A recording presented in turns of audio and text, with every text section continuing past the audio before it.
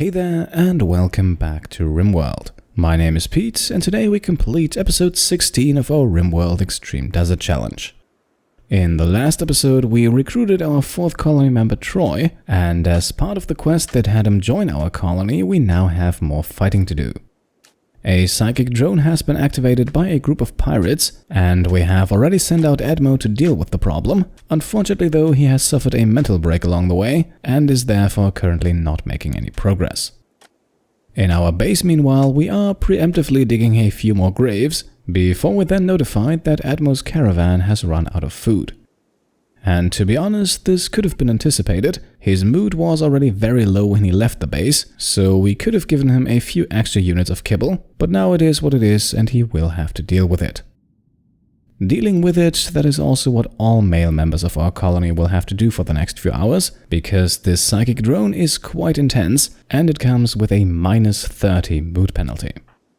Now, onto the action at hand. With the addition of our 4th colonist, I have actually allowed Steak to meditate once more. I think his psychic abilities can definitely come in handy, and since Troy is also capable of doing a good amount of research, I feel like our colony founder has the time to spare. Speaking of Troy, he is currently not in a great mood, and that also shows itself here. Our latest addition to the steakhouse has gone into a sadistic rage, which means that Troy is now going to attack our prisoner.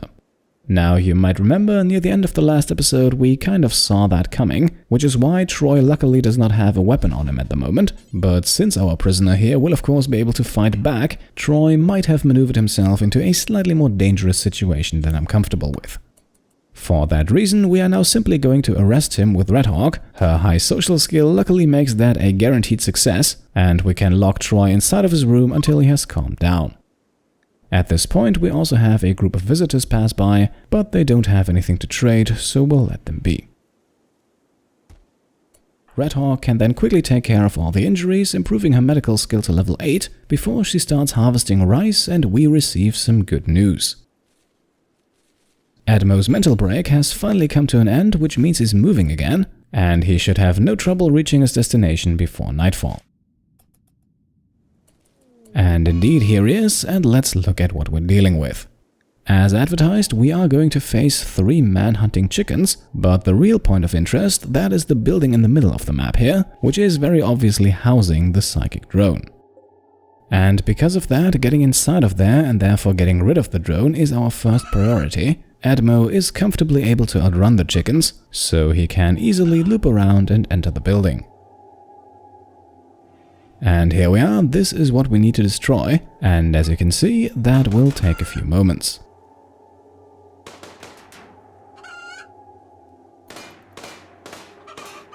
Edmo's work continues uninterrupted, however, and so, in the evening, the psychic droner is eventually destroyed. Consequently, the -30 mood penalty also quickly disappears, however, it only takes a few seconds until we have more trouble on our hands. The tribespeople hunting Walter the Duck have picked this particular time to attack our colony, and without Edmo, we are unfortunately missing our best fighter. Now, we are facing 5 archers here, and they will luckily prepare for a while, so let's stay with Edmo for the time being, who still has the chickens to take care of before he can finally leave. And there we go, number 1 goes down without issue, that leaves us only with 2 more. And that is number 2 taken out as well.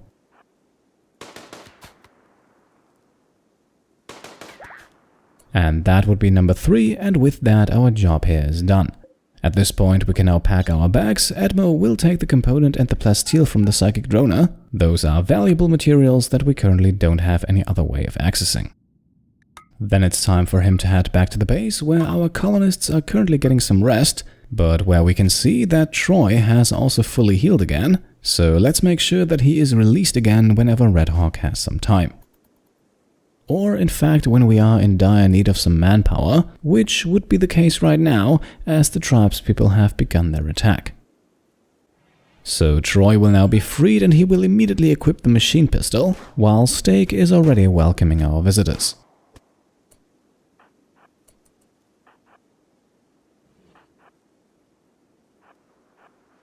And despite all 3 of them taking aim, it is then our trap that demands the first sacrifice, and shortly after, enemy number 2 falls as well.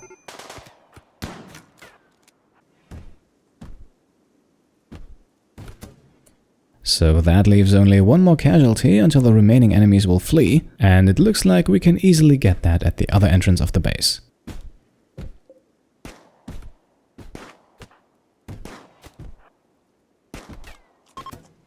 And indeed, here we are, 3 traps have been used, 3 enemies have been killed, and the remaining 2 are now going for the retreat. And with that, we have actually also completed most of the requirements for the Frightened Duck quest. We were promised 2 groups of enemies. We already took down 1 in the last episode and then 1 more here today. So all we have to do now is to keep Walter the Duck fed for a few more days until the shuttle eventually picks him up. In the meantime, we can of course repair our traps and bury the bodies of our fallen enemies. However, we are actually having a bit of a steel shortage at the moment, which prevents us from completing all of the necessary repairs. For that reason, Redhawk can continue her day with some mining, and Steak can then use those materials to put the last trap back into place. While he does, we also have more good news. Troy has made himself useful at the research bench, and he has successfully unlocked electricity.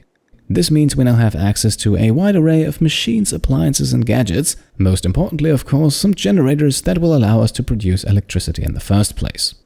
However, for the moment I think we will actually hold off on any new construction projects. I think the least we can do is also research batteries first, otherwise our power supply might not be as steady as we want it to be. Again though, I am not trying to force electricity upon this colony too early. Now, I think 16 episodes is plenty of time to make some technological improvements, but I also really like the tribal playstyle that is much more simple at the beginning of the game, and I would have no issues prolonging that experience for a few more episodes. Now, at this point, 2 things are happening at once here that both demand our attention. First of all, Edmo has safely made it back to the colony, but much more importantly I think, Steak and Redhawk are finally getting married. So let's take a moment here to watch the ceremony take place. Again, this is something that never actually happened in the last series, and honestly I find it somewhat ironic that Edmo's heroic return to the colony is completely overshadowed by this. There could very well be some kind of rivalry developing between him and Steak. At least for the moment though, the 2 of them seem to get along just fine, and thankfully, at least for a few minutes here, Edmo is also not attempting to flirt with Redhawk for a change. Now, in the evening, with the official ceremony over, the celebration now begins. And you can see it here, both Redhawk and Steak have received huge mood bonuses. The plus 40 here will last for 30 days, so half an in-game year. So keeping these 2 happy will likely not be an issue for the foreseeable future. Edmo, meanwhile, perfectly displays that his decency has some limits. As soon as Steak is busy talking to Troy, he makes another move. But of course, having just married, Redhawk has other concerns. Now, eventually, the celebrations come to an end and everyone goes to sleep, including an iguana that has apparently snuck into the base, and which has apparently also consumed one of our healroot plants. So after a few hours of rest, let's have Edmo harvest the remaining plants so that the animal can't do any more damage, and then in the early morning we will actually also try to tame it with Troy. After all, animal handling is his strongest skill, and even though this iguana here is all on its own, the animals do wander by frequently, so with a bit of patience we should be able to find it a suitable mate. And indeed, despite a rather low success chance, Troy does in fact manage to tame the iguana, but of course Iguana 1 is not a suitable name for it. Luckily, we have a long list of patrons in the naming rights tier and above, and the name that was chosen this time is Biceps. So congratulations and welcome to the colony. Now, Biceps will actually play a somewhat important role going forward, because she and hopefully her companions are going to take care of our corpses for us. This was something that a lot of you commented on in the last episode, and yes, I agree, simply burying the corpses is not the ideal option. Not only is it a rather time-consuming process, but it also takes up building space, so I think those bodies are definitely much better used to feed our animals. Iguanas don't have a huge appetite, so Biceps here should not decimate our supply too quickly, while our colonists should spend much less time cleaning up after a raid, not to mention that down the line, with a few more animals, we could establish a steady supply of leather and meat this way. Now, speaking of feeding our colony, having just returned to the steakhouse, Edmo is now making simple meals out of rice. Our supply of kibble is actually getting somewhat low at the moment, but as long as we don't have meat, we won't be able to make more, and the same unfortunately goes for pemmican. So simple meals it is for the next few days. Our colonists will definitely be happy about that, while Biceps here is munching away at the remains of our last attack. Now, at this point, let us take care of something that we kind of failed to accomplish in the last episode, and that is to install the second peg leg on our prisoner skunk. We have a fresh new batch of medicine, and Edmo is actually planting more now, so let's give Redhawk some medical experience and make absolutely sure that skunk will not be a problem going forward.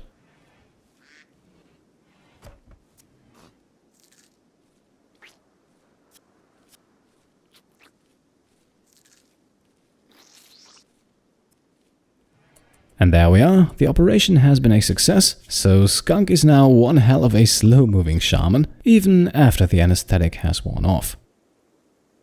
Now, as you can see, Steak is also smoothing over some stone tiles in the stone cutting room at the moment. I can proudly say that I have learned from my mistakes, and especially for a room of this size, this should not be a project that takes us too long to complete. In the evening then, everyone is heading off to bed, but not for long it seems, as we are now once again being attacked by tribespeople. However, as you can see here, all 4 of them only carry melee weapons, which should allow us to solve this fight without wasting any of our precious steel traps. So let's send out Steak, Edmo and Troy here. Redhawk can get herself some well-earned rest, and she is really also not that useful with a gun in her hands. The other 3, however, can engage, and this is indeed a very lopsided affair. Especially Edmo with his heavy SMG is doing a ton of damage here, and so it should come to no one's surprise that this fight is over as quickly as it began.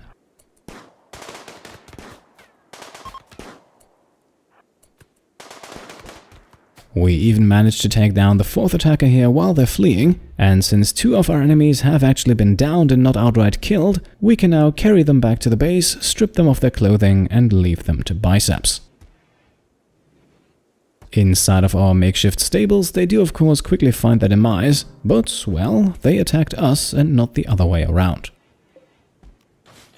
Now, despite the recent invasive procedures, I do in fact think that Skunk here deserves a little better. So, equipped with 2 peg legs, we are now actually going to free her. That way, she can now hobble back to her colony and perhaps tell the tale of what happens when you attack the steakhouse. At the very least, we get rid of 1 mouth to feed, and should she appear as part of any subsequent raids, then, well, I doubt she's going to be much of a problem. Now, the rest of the day progresses with more mining, planting and stone smoothing. Troy is also keeping himself busy at the research bench, while we can also take a quick look at Edmo's skill progression here and see that he has improved his planting skill to a very lovely level 13. At this point, we then have the next event of today's episode, as a pair of Thrumbos has wandered into the area. Now, for the moment, we will let them be and send our colonists off to bed, but it doesn't stay quiet for long. Having completed his stay inside of our colony, a shuttle has now arrived to pick up Walter the Duck, who we kept safe during multiple attacks and who can now return to his rightful owners. Very fittingly, at this point he also gets the plague, and we want absolutely nothing to do with that, so let's quickly have Edmo carry Walter back to the shuttle and then send him back home.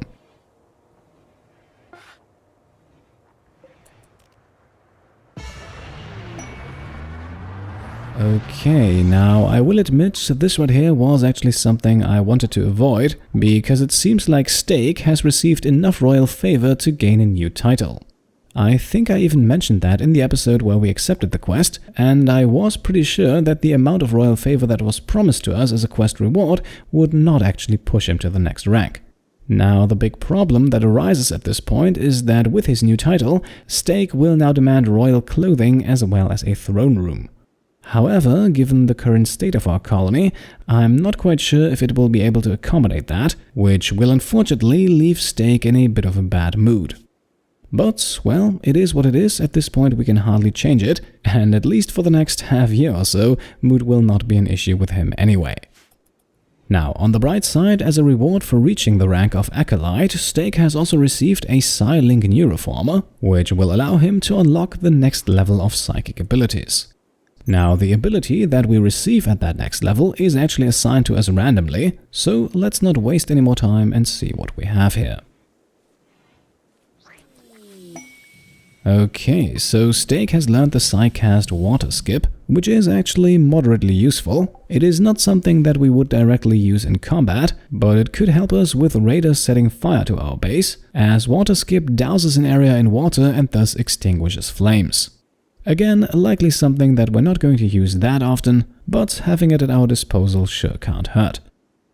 Now, at this point, I also noticed that our two Thrumbos were pretty far away from each other, and I believe that actually reduces the chances of both of them turning Manhunter if we only attack one of them. So, assembling the combined strength of our entire colony, let us now do exactly that. Steak still has access to the Burden ability to slow the Thrumbo down, and with 4 people shooting at it, I think we should be able to win this fight. As you can see, the second animal does in fact not mind us at all, so we are now leading this one here around the base until it eventually falls.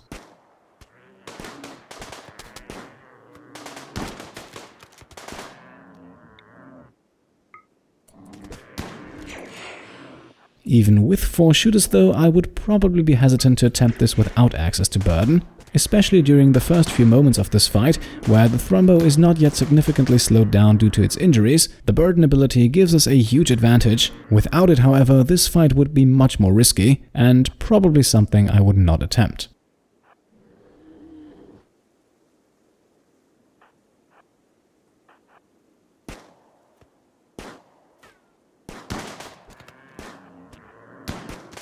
Ultimately then, the end result is more or less inevitable. After pursuing our colonists halfway around the base, the Thrumbo eventually falls. Troy can quickly put it out of its misery, and with that the meat supply for the next few days should be secured.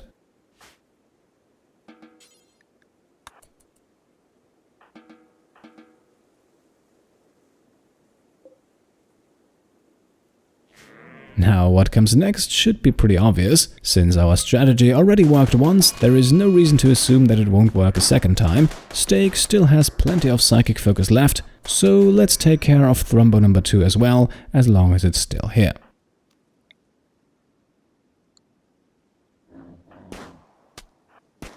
And once again, the process here is really more or less identical to what we just saw, so I'll spare you the entirety of this fight. Suffice it to say that even though it took a while, the Thrumbo was no match for our colonists.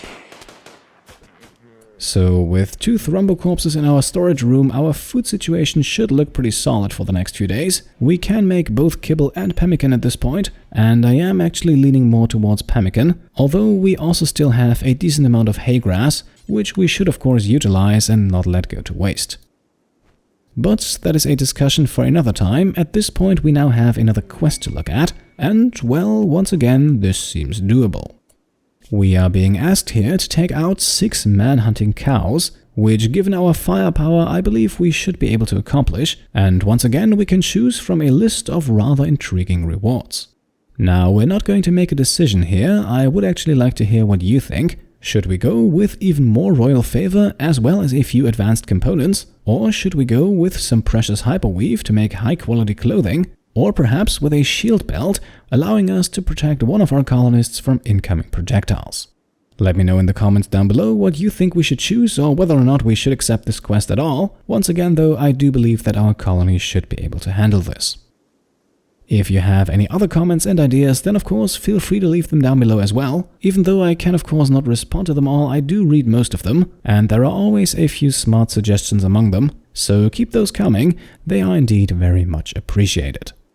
Now, with everyone heading off to bed, I would say this is a good point to make the cut for today. As always, I hope you enjoyed the episode, and if you did, then I would of course be very happy if you could leave a thumbs up.